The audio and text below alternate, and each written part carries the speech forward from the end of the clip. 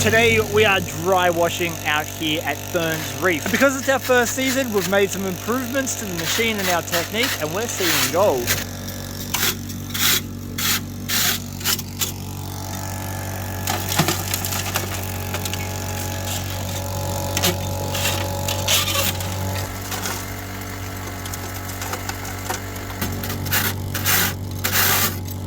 There is a hard rock gold mine just there, and it feeds directly into this little natural gully that was never touched by the old timers, and that's come down to where we have our dry washer set up here, and that continues down to yet another rather large gold mine down there. And we know there is absolutely no workings in this gutter, so we thought it would be the perfect opportunity to try these new techniques with the dry washer.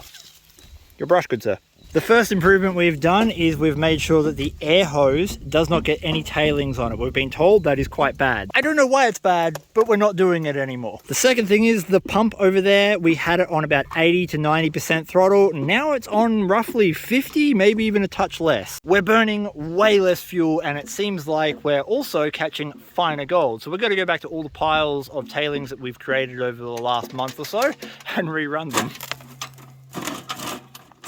In our first run, we did a little bit of dry panning, used a tiny bit of water to see if we could see any gold, and we did get a few nice fine flakes. We're not expecting heaps, we're just more or less testing the principles of this new technique and if it works. Dry panning is exactly the same as what the dry blower does. We're just creating vibration and movement in the soil. Some of the gold will sink to the bottom, a lot of it won't, but it should allow us to see if we've got anything in here.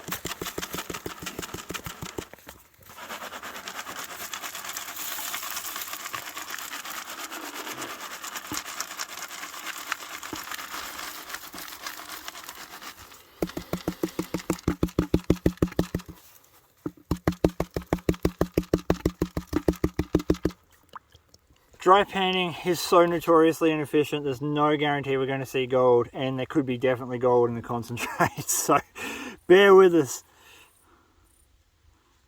Hey, there's a couple little pieces in there. All right, they're going to be very, very difficult to see. You got one there, and we've got one just there. So we've got three tiny little flakes of gold after that dry panning session.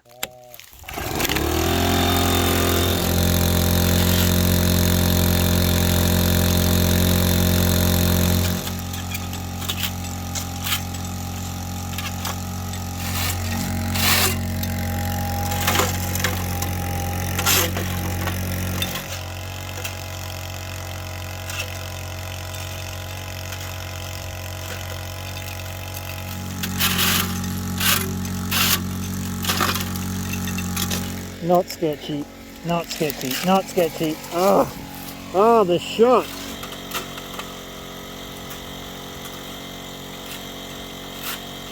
They chase the main lead up here, and then they hit obviously a very good pocket. This is a huge open cut stope, and I don't know how deep it went down, but they chased it up one fork, and they also chased it up the second fork. Now, the way they found this gold was loaming up the gully, and that is the gully we're currently working in. This is virgin. There is absolutely no guarantee that we are going to see good gold or even any gold in this, but the only way we can find out about what we have been dreaming about for years is to come out here and run these tests, because any gold in this deposit means it's worth coming back and having a further poke around in different areas around here.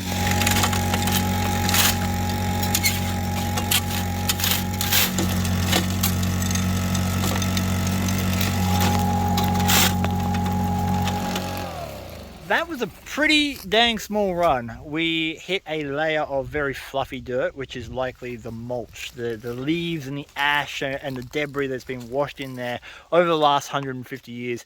We dug down till we hit hard clay, and that's where we did most of our run from. Maybe, I don't know, 10 buckets worth. And worse yet, this is nugget or nothing ground, meaning that we are relying on the fact that this machine is going to allow us to process enough of this dirt to stumble across the 1 or 2 little nuggets that might be in this area. It's so lubricated.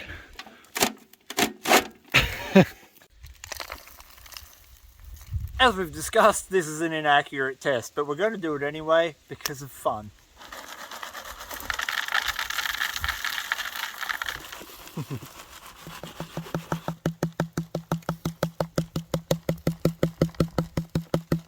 Okay, water. Cool, just enough. That's your water. That's my water. Oh yeah, there is some. Couple little pieces again. That's good. So if the dry panning is showing us like one nice little, oh no, that's a weed, but right next to it isn't. That's a piece of gold. So we need real water. We'll get everything packed up and we'll go to real water, and we won't have to pan in mud, and we should see more than 1 or 2 flakes. See, he's up there. He's looking for those bits that I missed. Guarantee you. Guarantee there's more than 1 dot in there. I told you, I found one little bit, and Mick's over here and he's pointing out, I can see at least, what, 3 in there? Oh, there's probably about 6, but most of them are caught up in that little bit of soft. Yeah, well, there's a lot of organics in there. Bit of fluff. To water. All right, sir. You're the careful panner here. Yeah, there's a reason we needed clean water. Something. If Fern was here, all those spicy flies would legitimately be in her flaps. Precisely why she's at daycare at the moment and not out here near the deep mine shafts and the spicy flies. All right, what's your predictions? 20. 20? I'm optimistically going to say 15. 50. 50? Yeah, 50 spare. 50? Yeah. God, Oh, you're... man, the leprechaun. I mean, you're ambitious, but I'll take it.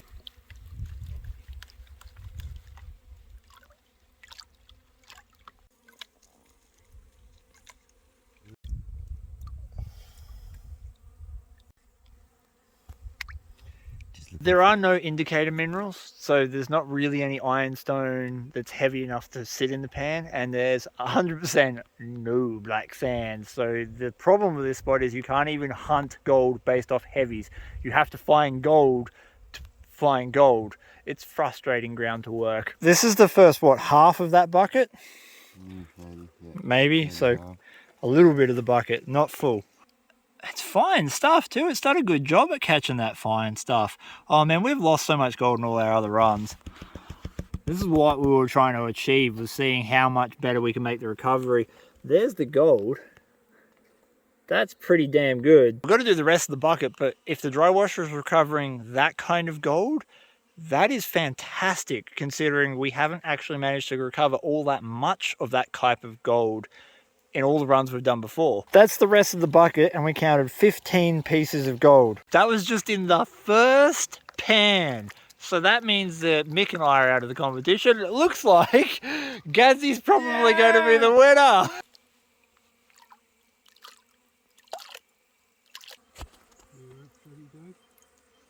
Now, with the indicator of gold being gold in this spot, given we're finding nice fine traces of it, it means if we keep working that gutter, there is every chance that there are some nice chunky bits sitting in it. Whoa! Gadsy wins. Gadsy definitely wins. Look at that. That was way more gold than I was expecting to see. Way more. That's lead too, isn't it? Yep. So we actually recovered a nice piece of lead. This is what put us onto that gutter in the first place, detecting heaps of bullets in it. That's the most fine gold I've seen come out of this entire area. I know that doesn't look like a whole bunch of gold, but that confirms that our machine is running really well. It also confirms that there is gold in that area. And if we commit to that area, there's every chance we'll pull out a nugget. So I guess we've got another trip coming up in that spot.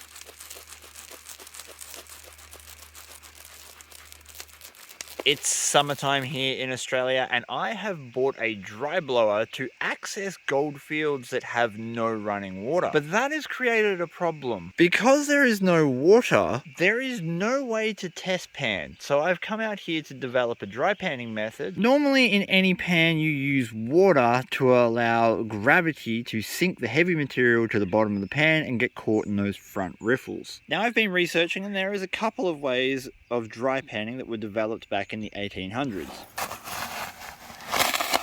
The first method was to hold the pan full of dry material over another pan from a great height and let the wind blow away the light material.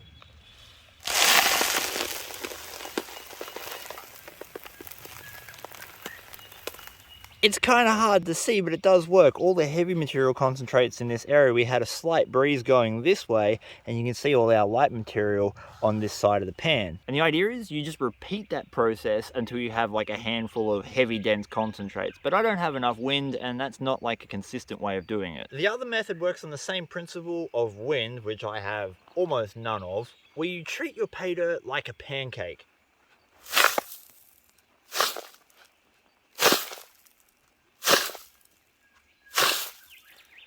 Yeah, so you just keep doing that until you get the same result. But again, you need wind.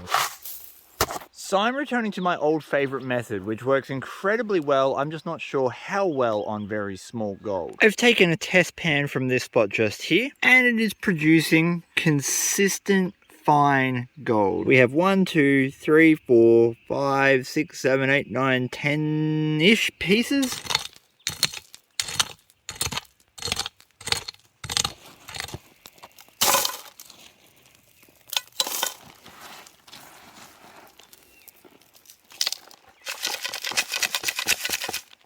Not awkward at all.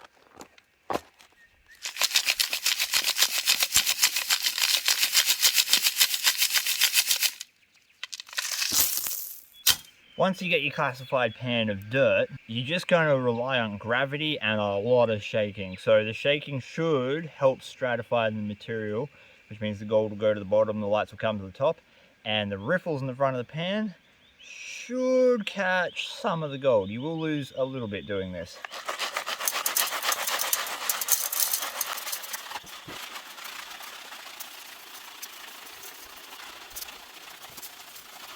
The problem has always been, once you get down to this amount of concentrates in your pan, the shaking required to hopefully sink the gold to the bottom is just a little too violent, and it tends to walk the gold up the riffle. So I've kind of invented a way that at least in my testing at home, seems to get rid of all that light stuff with less violence. Ooh, best. I shake all the concentrates quite vigorously up against the riffles in the hope, both back and forth and side to side, that gold is going to sink down into the bottom somewhere. But then we let gravity and vibration do the rest of the work. So we kind of hold the pan almost flat. It's tilted away a little bit from me. And I'm going to tap like I normally would to reveal the gold if I had water in the pan, but that should walk this light dirt up and out. And so now the really heavy gold has to fight against gravity to walk itself up a series of riffles, and hopefully stays at the bottom.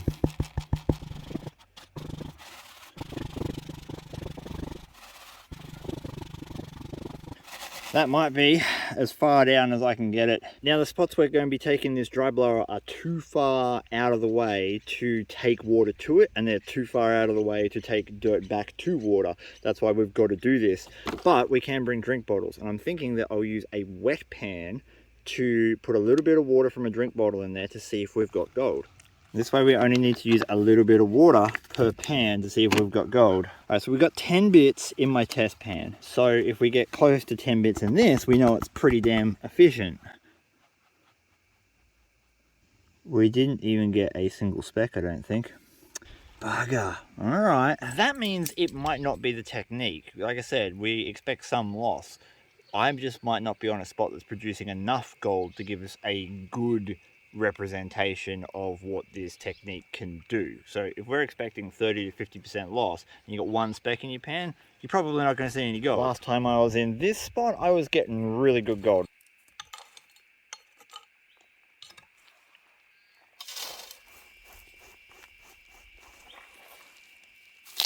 This time, we're panning into a pan.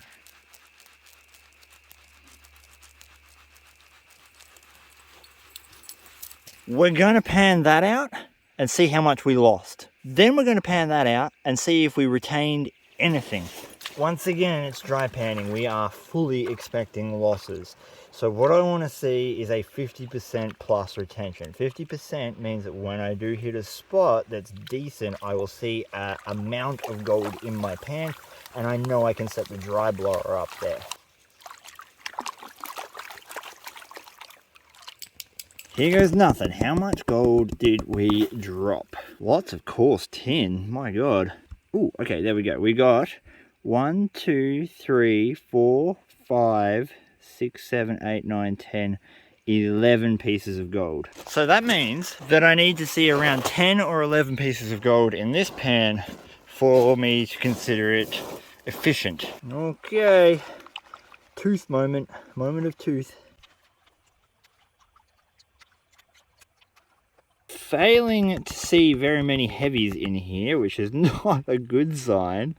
Some though, little bits of black sand. Oh, I can see a couple pieces of gold. Yep. Nope. At home, the technique that I'm using right now works very well on small shotgun pellets, but a small shotgun pellet is still quite a big piece of gold. So I'm wondering if the riffle design will have an effect. I'm going to use the Garrett Super Sleuth for these two really big riffles. This material is like 95% dry. There was just a couple of sections I got in there that had a bit of damp material. Let's see if that makes a difference.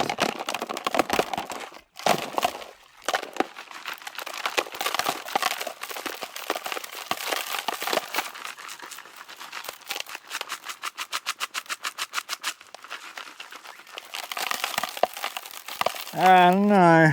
I'm not seeing like any kind of heavy material in there. Hey, we've got some black sands. That's a start. Alrighty, we've got some gold. We actually have some gold. We've got 1, 2, 3, 4. Granted, they are not very big, but that's what we're after. If it's able to catch and identify those tiny little pieces of gold, then we're going to know where to set the dry blow up. Let's check the other pan and see how much we lost. Queen Sphinx. We had 4 in the dry pan. How many did we lose? I'm betting it's a lot more than 4. Oh, we lost a big flake too. I mean, we should have retained more than 4 pieces. Look at how much gold's in that pan. This is exactly why I come out and do these sort of experiments, because it's bad finding this out on the day that you've got to actually go out and make things happen. Now, I've watched Jeff Williams' dry panning videos amongst other people who have done it, and I myself have done it on film and had some success, so I'm not sure why it's not working here on Reedy Creek. Perhaps it's time to go back to the drawing board and reevaluate my position. That's what gold prospecting is all about, overcoming adversity, because you're going to find a lot of it out in the bush. Well, I think I'm going to leave it there for this video today, guys. I'm going to go back to the drawing board and have a rethink. Thank you so much for watching the video. Please give your papa a scratch behind the ears for me, and until next time, peace, and I'm out.